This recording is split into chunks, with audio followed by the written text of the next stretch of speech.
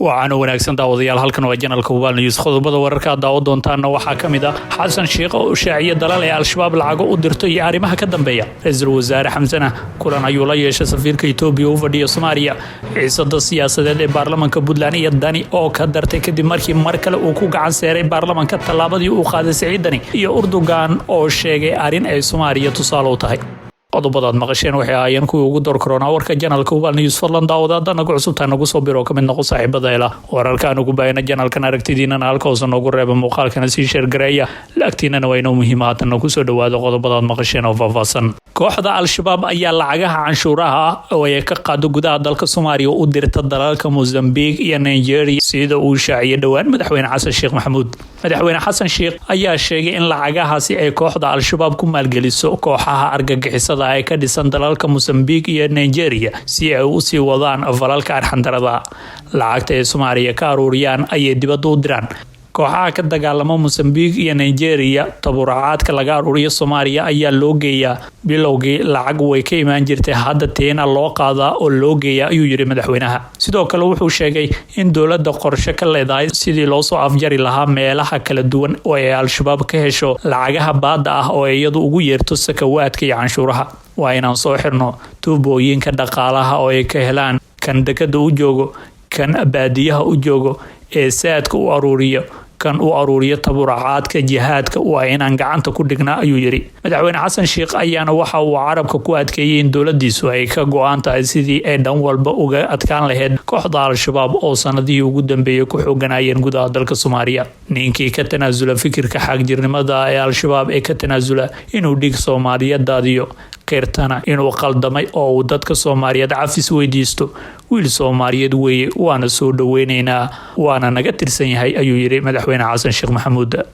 geesta kale ra'iisul wasaare Xamza kulan ayuu la yeeshay safiirka Itoobiya u fadhiyo Soomaaliya ra'iisul wasaaraha xukuumadda federaalka Soomaaliya Xamza Cabdi Barre oo xafiiskiisa ku qaabilay safiirka dawladda Itoobiya u fadhiyo Soomaaliya Cabdi Fataax Cabdullaahi Xasan ayaa waxay ka wada hadleen arrimo dhowr ah kulanka ra'iisul wasaaraha iyo safiirka dawladda Itoobiya u fadhiyo Soomaaliya ayay diiradda ku saareen xoojinta xiriirka iyo iskaashiga labada dal sida lagu yiri qoraal lagu daabacay xafiiska wasiirka koowaad ee xukuumadda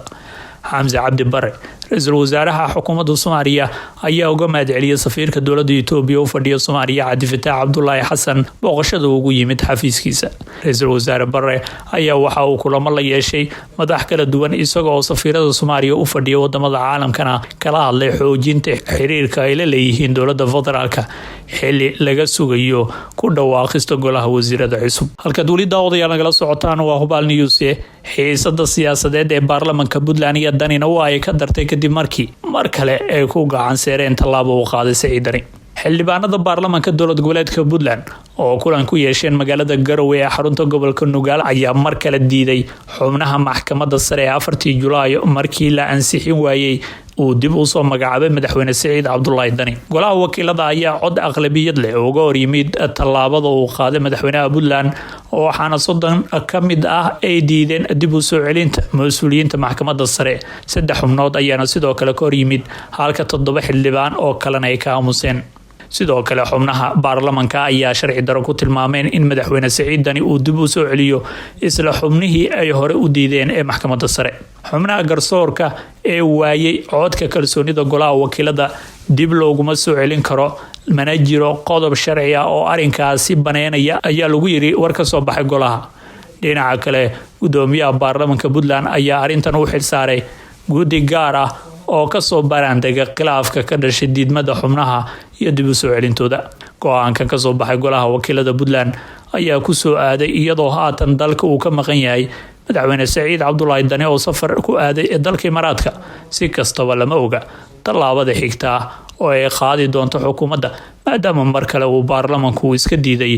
xubnaha maxkamadda sare ee uu gudoomiyuhu u yahay Axmed Maxamed Taaraan kuwaas oo muddo ku soo shaqeynayeen xasanad la'aan waa hagaagay daawadayaal imikana waxaan eegaynaa Erdogan ayaa sheegay arrin ay Soomaaliya tusaale u tahay Soomaaliya waa tusaalaha ugu weyn ee muhiimadda dhaqaale nabadda bulshada iyo xasiloonida Afrika u leedahay Turkiga waxaa sidaasi arbacadii sheegay madaxweynaha dalka Turkiga Rajab Tayyip Erdogan isagoo ka hadlayay shir jaraa'id oo ay Ankara si wadajir ah ugu qabteen dhigiisa wadanka Soomaaliya Xasan Sheekh Maxamuud ayaa Erdogan wuxuu sheegay in Turkigu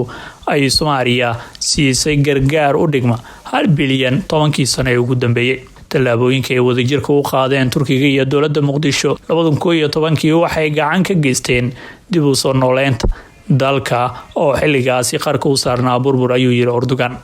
2011 Soomaaliya waxay qarka u saarneed burbur sida ay beesha caalamku sheegtay. Sidaasi daraadeed 2011 waxaan ku tagnay booqasho rasmi ah si aan caalamku ugu dirno fariina inaan garab taaganahay walaalaheena Soomaaliyeed ayuuna ku daray hadalkiisa. madaxweyne Erdogan oo xusayay sida tallaabooyinka ay qaadeen labada dal ay u caawiyeen Soomaaliya ayaa sheegay in xiriirka ganacsi ee Soomaaliya iyo Turkiga uu sanadkii tagay ahaa 363 milyan halka uu sanadkii 2013 ahaa kaliya 2 milyan. Safaaradda ugu weyn ee Turkiga ee ku leedahay caalamka waxa ay ku taalaa caasimadda Soomaaliya ee Muqdisho ayuu yiri Erdogan isagoona intaas ku daray in dalkiisu uu taasi ku faanayo. madaxweyne Xasan Sheekh ayaana dhankiisa uga mahadceliyay waqtigaasi Turkiga maalgashiga ay ku sameeyso Soomaaliya. Iskaashiga Ankara iyo Muqdisho waa mid aad u togan oo sii koraya malaayiin iyo habeen kastaba ayuu yiri madaxweyne Xasan Sheekh Maxamuud. Erdogan ayaa madaxweyne Xasan Sheekh oo dalkaasi ku joogay booqasho wuxuu ku soo dhaweeyay qasriga madaxtooyada oo xaflad heer sare ah loogu qabtay Arbacadii.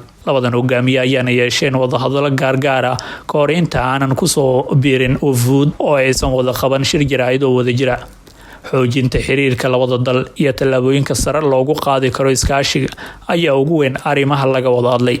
booqashadan ayaana ahayd tii ugu horeysay ee madaxweyne Xasan Sheekh uu ku tagay Turki tan iyo markii uu xafiiska dib u la wareegay bishii May.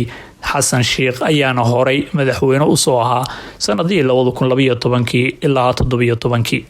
si kastaba dowladda Turkiga ayaa ka mid ah dowladaha sida weyn u taageera Soomaaliya waxaana la filayaa inay laba jibaarto taageerida ay siiso Soomaaliya maadaama xaaladaha adag oo dhanka nolosha laga soo warinayo qaybo ka mid ah gudaha dalka Soomaaliya. Arrinta ugu weyn ee booqashada madaxweyne Xasan Sheekh ayaana ahayd sidii Turkiga looga dhaadhicin lahaa inuu mar kale u soo gurmado walaalahooda Soomaaliyeed ee xaaladaha bini'aadanimo ku haysato qaybo ka mid ah dalka Soomaaliya oo abaar ba'an ay ku dhufatay. waxaana isha lagu hayaa tallaabooyinka gargaar ee uu Turkigu qaadi doono. gudaha daawadayaal wanageynta warki oo aad kala socoteen Hubal News fadlan daawada haddaad ku cusubtahay channelkan ku soo biro kamid noqo saaxiibada hela wararka joogtada ah ee aanu halkan ku baahino aragtidiina halka hoos noogu reeba muuqaalkana sii share gareeya lagtiina waa inoo muhiim oo ku maasantiin daawashada la socodka warka channelka Hubal News.